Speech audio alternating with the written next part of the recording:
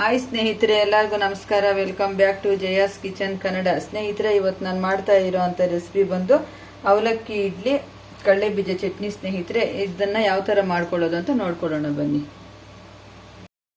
ಅವಲಕ್ಕಿ ಇಡ್ಲಿ ಮಾಡೋದಕ್ಕೆ ಬೇಕಾಗಿರುವ ಪದಾರ್ಥಗಳು ನೋಡ್ಕೊಳ್ಳೋಣ ಬನ್ನಿ. ನೋಡಿ, ನಾನು ಇಲ್ಲಿ ಒಂದು ಬೌಲಷ್ಟು ಗಟ್ಟಿ ಅವಲಕ್ಕಿ ತಗೊಂಡಿದ್ದೀನಿ. ಈ ಥರ ಅವಲಕ್ಕಿ ತಗೊಬೇಕು. ಇದೇ ಮೆಜರ್ಮೆಂಟಲ್ಲಿ ಉಪ್ಪಿಟ್ಟು ರವೆ 1 ಕಪ್ ತಗೊಂಡಿದ್ದೀನಿ. ಇದೆಷ್ಟು ರವೆ ಎಷ್ಟು ತಗೊಂಡಿರ್ತೀವೋ ಅಷ್ಟೇ ಅಳತೆಯಲ್ಲಿ ಗಟ್ಟಿ ಮೊಸರು ತಗೊಬೇಕು. ಇವಾಗ ನೀಟಾಗಿ ಇದೆಲ್ಲ ಸೇರಿಸಿ ಒಂದ್ಸತಿ ನೀಟಾಗಿ ವಾಶ್ ಮಾಡ್ಕೊಂಬಂದು ತೋರಿಸ್ತೀನಿ. ಅವಲಕ್ಕಿ ರವೆನ ನೀಟಾಗಿ 1-2 ಸತಿ ತೊಳ್ಕೊಂಬರೋಣ. ನೋಡಿ, ಈ ಥರ ತೊಳ್ಕೊಂಬಂದು ಇವಾಗ ಯಾವ ಥರ ನೆನೆಸಿಡೋದು ಅಂತ ತೋರಿಸ್ಕೊಡ್ತೀನಿ. ನೋಡಿ, ಈ ಥರ ಅವಲಕ್ಕಿನ 2 ಸತಿ ನೀಟಾಗಿ ತೊಳ್ಕೊಂಬರ್ಬೇಕು. ರವೆ ಆದರೆ 1 ಸತಿ ತೊಳ್ಕೊಂಡ್ರೆ ಸಾಕು. ಇವಾಗ ಮೊಸರು ಹಾಕ್ಬಿಟ್ಟು ನೆನೆಸಿಡೋಣ. ನೋಡಿ, 1 ಕಪ್ ಅವಲಕ್ಕಿಗೆ 1 ಕಪ್ ಮೊಸರು ಸೇರಿಸ್ಕೊಬೇಕು.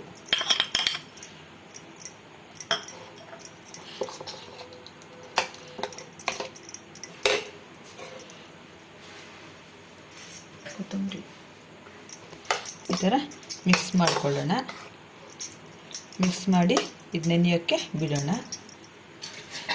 ಒಂದು 20 ನಿಮಿಷ ನೆನೆಸ್ಕೊಳ್ಳೋಣ.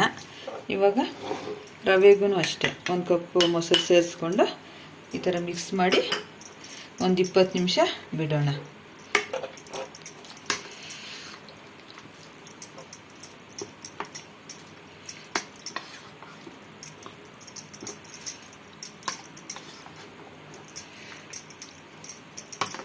ಇಪ್ಪತ್ತು ನಿಮಿಷ ಬಿಟ್ಟು ಯಾವ ಥರ ಮಾಡ್ಬೋದು ಅಂತ ನೋಡ್ಕೊಳ್ಳೋಣ ಆಮೇಲೆ. ನೋಡಿ, ಅವಲಕ್ಕಿ ರವೆನ ನಾವು ನೆನೆಸಿಟ್ಕೊಂಡಿದ್ವಲ್ಲ, ಯಾವ ಥರ ಆಗಿದೆಯೋ ನೋಡ್ಕೊಳ್ಳೋಣ. ಒಂದು 20 ನಿಮಿಷ ನೆನೆಸಿಟ್ಕೊಂಡ್ರೆ ಸಾಕು. ನೋಡಿ, ಚೆನ್ನಾಗಿ ನುಣ್ಣಗಾಗಿದೆ. ಇವಾಗ ಒಂದು ಬೌಲ್ಗೆ ಸೇರಿಸ್ಕೊಳ್ಳೋಣ. ರವೆನ ತೆಗೆದು ಒಂದು ಪಾತ್ರೆಗೆ ಈ ಥರ ಸೇರಿಸ್ಕೊಳ್ಳೋಣ. ರವೆನೂ ಚೆನ್ನಾಗಿ ನೆಂದಿದೆ.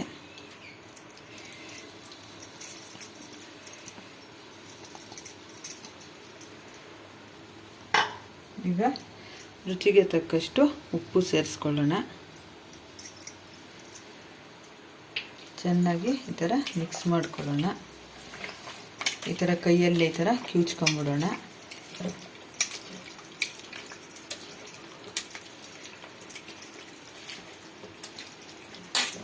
ಕೈಯಲ್ಲಾದರೂ ಕಿವುಚ್ಕೊಬೋದು, ಇಲ್ಲಾಂದರೆ ಮಿಕ್ಸಿಗೆ ಸುಮ್ಮನೆ ಹಂಗೆ ರನ್ ಆ್ಯಂಡ್ ಆಫ್ ಮಾಡ್ಕೊಬೋದು.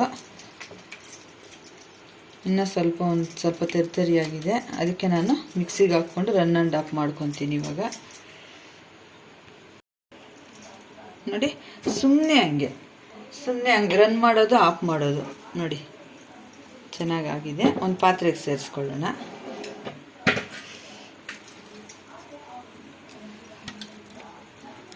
ಈ ಥರ ಒಂದು ಪಾತ್ರೆಗೆ ಸೇರಿಸ್ಕೊಂಡು ಒಂಚೂರು ನೀರು ಹಾಕ್ಬಿಟ್ಟು ಜಾರಿಗೆ ಸೇರಿಸ್ಕೊಳ್ಳೋಣ.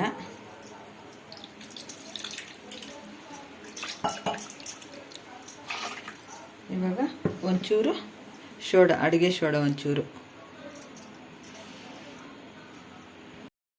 ನೋಡಿ, ಅಡುಗೆ ಸೋಡಾ ಒಂಚೂರು ಹಾಕ್ಬಿಟ್ಟು ಈ ಥರ ಚೆನ್ನಾಗಿ ಮಿಕ್ಸ್ ಮಾಡ್ಕೊಂಡಿದ್ದೀನಿ.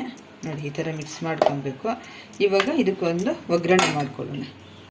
ನೋಡಿ, ನಾನು ಒಗ್ಗರಣೆ ಮಾಡ್ಕೊಳ್ಳೋದಕ್ಕೆ ಒಂದು ಚಿಕ್ಕ ಫ್ಯಾನ್ ಇಟ್ಕೊಂಡು ಸ್ವಲ್ಪ ಆಯಿಲ್ ಸೇರಿಸ್ಕೊಂಡಿದ್ದೀನಿ. ಇವಾಗ ಆಯಿಲ್ಗೆ ಸ್ವಲ್ಪ ಸಾಸಿವೆ ಜೀರಿಗೆ ಸೇರಿಸ್ಕೊಳ್ಳೋಣ. ಸ್ವಲ್ಪ ಸಾಸಿವೆ ಸೇರಿಸ್ಕೊಳ್ಳೋಣ.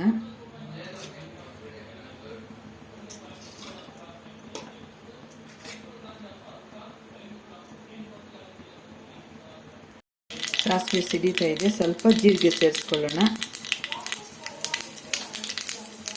ಸ್ವಲ್ಪ ಹಸಿಮೆಣಸಿನ್ಕಾಯಿ, ಸ್ವಲ್ಪ ಕರಿಬೇವು ಈ ಥರ ಕಟ್ ಮಾಡಿ ಸೇರಿಸ್ಕೊಳ್ತಾ ಇದ್ದೀನಿ. ಈ ಥರ ಸೇರಿಸ್ಕೊಳ್ಳೋದ್ರಿಂದ ಇಡ್ಲಿ ತುಂಬ ಸೂಪರಾಗಿರುತ್ತೆ. ಇವಾಗ ಸ್ಟವ್ ಆಫ್ ಮಾಡ್ಕೊಳ್ಳೋಣ. ಈಗ ನಾವು ಸ್ವಲ್ಪ ಕೊತ್ತಂಬರಿ ಸೊಪ್ಪು ಸೇರಿಸ್ಕೊಳ್ಳೋಣ. ಇವಾಗ ಒಗ್ಗರಣೆ ಮಾಡಿ ಇಟ್ಕೊಂಡಿದ್ವಲ್ಲ, ಅದನ್ನು ಸೇರಿಸ್ಕೊಂಬಿಡೋಣ.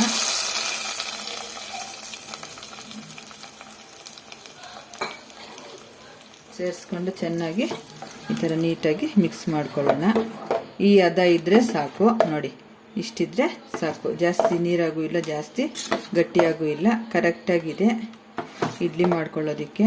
ಮೊಸರೇನ ಸ್ವಲ್ಪ ಕಡಿಮೆ ಇತ್ತು ಅಂದರೆ ನೆನೆಸ್ಕೊಳ್ಳೋಕ್ಕೆ ನಾವು ಸ್ವಲ್ಪ ನೀರು ಸೇರಿಸ್ಕೊಬೋದು. ನಾನಿಲ್ಲಿ ಬರೀ ಮೊಸರು ಮಾತ್ರ ಸೇರಿಸ್ಕೊಂಡಿದ್ದೀನಿ. ಇವಾಗ ಇಡ್ಲಿ ಮಾಡ್ಕೊಳ್ಳೋದು ಯಾವ ಥರ ನೋಡ್ಕೊಳ್ಳೋಣ. ಮೊದಲಿಗೆ ನಾವು ಕುಕ್ಕರ್ ಇಟ್ಕೊಂಡು ಸ್ವಲ್ಪ ನೀರು ಸೇರಿಸ್ಕೊಳ್ಳೋಣ.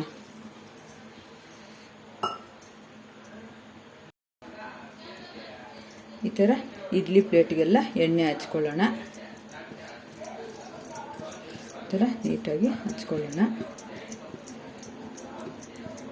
ಈ ಥರ ಎಣ್ಣೆ ಹಚ್ಕೊಂಡು ಮಾಡೋದ್ರಿಂದ ಇಡ್ಲಿ ಎಲ್ಲ ಇದಕ್ಕೆ ಅಂಟ್ಕೊಳ್ಳಲ್ಲ, ನೀಟಾಗಿ ಬಂದ್ಬಿಡುತ್ತೆ.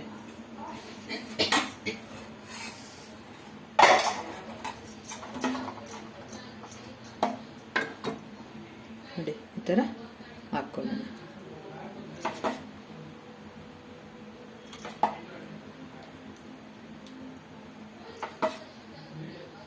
ನೋಡಿ ಈ ಥರ ನೋಡಿ ಈ ಥರ ಇಟ್ಕೊಂಡು ಒಂದು 10 ನಿಮಿಷ ಬೇಯಿಸ್ಕೊಳ್ಳೋಣ.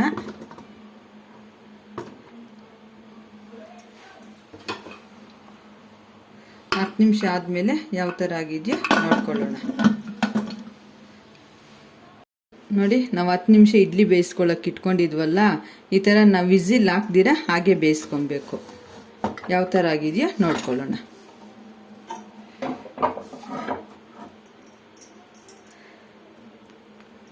ಅಂಟ್ತಾ ಇಲ್ಲ, ಈ ಥರ ಕೈಗೆ ಅಂಟ್ತಾ ಇಲ್ಲ ಅಂದರೆ ನೋಡಿ ಆಗಿದೆ ಇಡ್ಲಿ. ಇವಾಗ ಇಡ್ಲಿ ತೆಕ್ಕೊಳ್ಳೋಣ.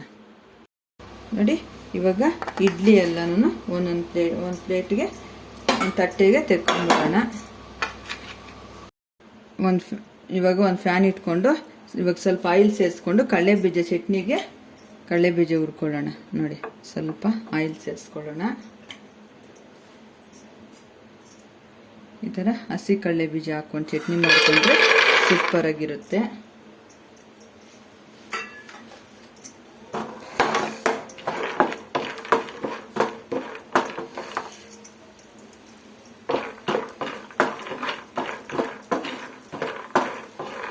ಈ ಥರ ಹುರ್ಕೊಳ್ಳೋಣ. ನೋಡಿ ಇಷ್ಟು ಫ್ರೈ ಆದಮೇಲೆ ಇವಾಗ ನಾನಿಲ್ಲಿ 8 ಹಸಿಮೆಣಸಿನ್ಕಾಯಿ, ಚಿಕ್ಕ ಚಿಕ್ಕದು, ಅಷ್ಟೊಂದು ಖಾರ ಇಲ್ಲ, ಅದಕ್ಕೆ ನಾನು 8 ಹಸಿಮೆಣಸಿನ್ಕಾಯಿ ಸೇರಿಸ್ಕೊತಾ ಇದ್ದೀನಿ. ಹಸಿಮೆಣಸಿನ್ಕಾಯಿ ಚೆನ್ನಾಗಿ ಫ್ರೈ ಮಾಡ್ಕೊಳ್ಳೋಣ.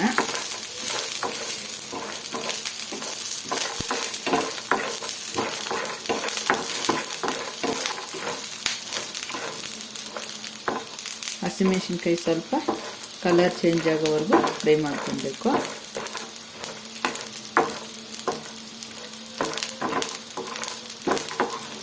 ಕಡಿಮೆ ಉರಿಯಲ್ಲಿ ಫ್ರೈ ಮಾಡ್ಕೊಬೇಕು. ತುಂಬ ಚೆನ್ನಾಗಿರುತ್ತೆ ಈ ಚಟ್ನಿ. ಅವಲಕ್ಕಿ ಇಡ್ಲಿಗೆ ಈ ಚಟ್ನಿ ಸೂಪರಾಗಿರುತ್ತೆ.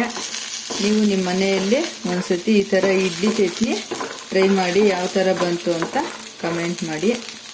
ಇವಾಗ ಈರುಳ್ಳಿನ ಸೇರಿಸ್ಕೊಳ್ಳೋಣ. ಈ ಥರ ಈರುಳ್ಳಿ ಹಾಕಿ ಮಾಡ್ಕೊಳ್ಳೋದ್ರಿಂದ ಈ ಚಟ್ನಿ ಟೇಸ್ಟ್ ಡಬಲ್ ಆಗುತ್ತೆ. ಈಗ ಒಂದು 4 ಎಷ್ಟರಷ್ಟು ಬೆಳ್ಳುಳ್ಳಿನೂ ಸೇರಿಸ್ಕೊತಾ ಇದ್ದೀನಿ. ಸೇರಿಸ್ಕೊಂಡು ಈ ಥರ ಫ್ರೈ ಮಾಡ್ಕೊಳ್ಳೋಣ ಚೆನ್ನಾಗಿ.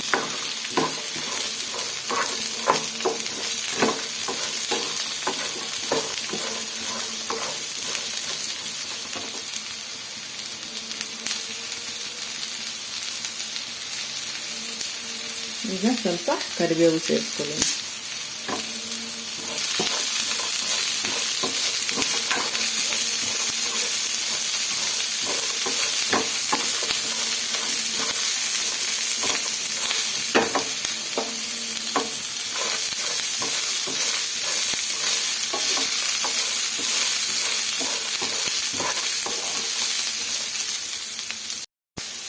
ನೋಡಿ ಈಗ ರುಚಿಗೆ ತಕ್ಕಷ್ಟು ಉಪ್ಪನ್ನು ಸೇರಿಸ್ಕೊಂಡ್ಬಿಡೋಣ.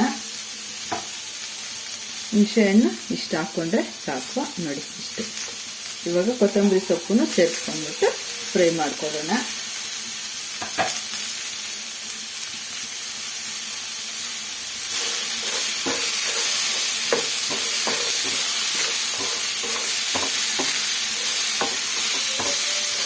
ಇಷ್ಟು ಇಷ್ಟು ಫ್ರೈ ಆದರೆ ಸಾಕು. ಇವಾಗ ಸ್ಟವ್ ಆಫ್ ಮಾಡಿ ಸ್ವಲ್ಪ ತಣ್ಣಗಾಗಕ್ಕೆ ಇಡೋಣ. ನೋಡಿ ನಾನೆಲ್ಲ ಒಂದು ಜಾರ್ಗೆ ಹಾಕ್ಕೊಂಬಂದಿದ್ದೀನಿ. ಇವಾಗ ರುಬ್ಕೊಂಬಂದು ತೋರಿಸ್ತೀನಿ. ನೋಡಿ ಈ ಥರ ನಾನು ಕಡಲೆಬೀಜ ಚಟ್ನಿನ ಈ ಥರ ರುಬ್ಕೊಂಬಂದಿದ್ದೀನಿ. ಜಾಸ್ತಿ ನುಣ್ಣಗೂ ಇಲ್ಲ, ಜಾಸ್ತಿ ತರಿತರಿಯಾಗೂ ಇಲ್ಲ, ಮೀಡಿಯಮ್ ಆಗಿದೆ. ಇವಾಗ ಒಂದು ಬೌಲ್ಗೆ ಸೇರಿಸ್ಕೊಳ್ಳೋಣ. ಈ ಥರ ಒಂದು ಬೌಲ್ಗೆ ಸೇರಿಸ್ಕೊಂಡು ಇವಾಗ ಚಟ್ನಿಗೆ ಒಂದು ಒಳ್ಳೆ ಒಗ್ಗರಣೆ ಮಾಡ್ಕೊಳ್ಳೋಣ. ನೋಡಿ ಆವಾಗಲೇ ನಾವು ಒಗ್ಗರಣೆ ಮಾಡ್ಕೊಂಡಿರೋ ಫ್ಯಾನ್ ಇಟ್ಕೊಂಡಿದ್ದೀನಿ. ಸ್ವಲ್ಪ ಆಯಿಲ್ ಸೇರಿಸ್ಕೊಳ್ಳೋಣ.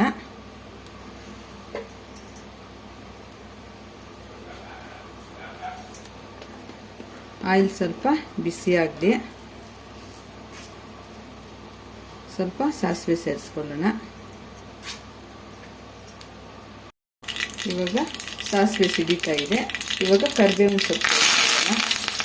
ಹಾಗೆಯೇ 2 ಒಣಮೆಣಸಿನ್ಕಾಯಿ ಸೇರಿಸ್ಕೊಳ್ಳೋಣ. ಒಂಚೂರು ಇಂಗು ಸೇರಿಸ್ಕೊಳ್ಳೋಣ. ಇಂಗು ಹಾಕೋದ್ರಿಂದ ಘಮ ಚೆನ್ನಾಗಿರುತ್ತೆ, ಚೆನ್ನಾಗಿ ಜೀರ್ಣನಾಗುತ್ತೆ. ಇಷ್ಟಾದರೆ ಸಾಕು.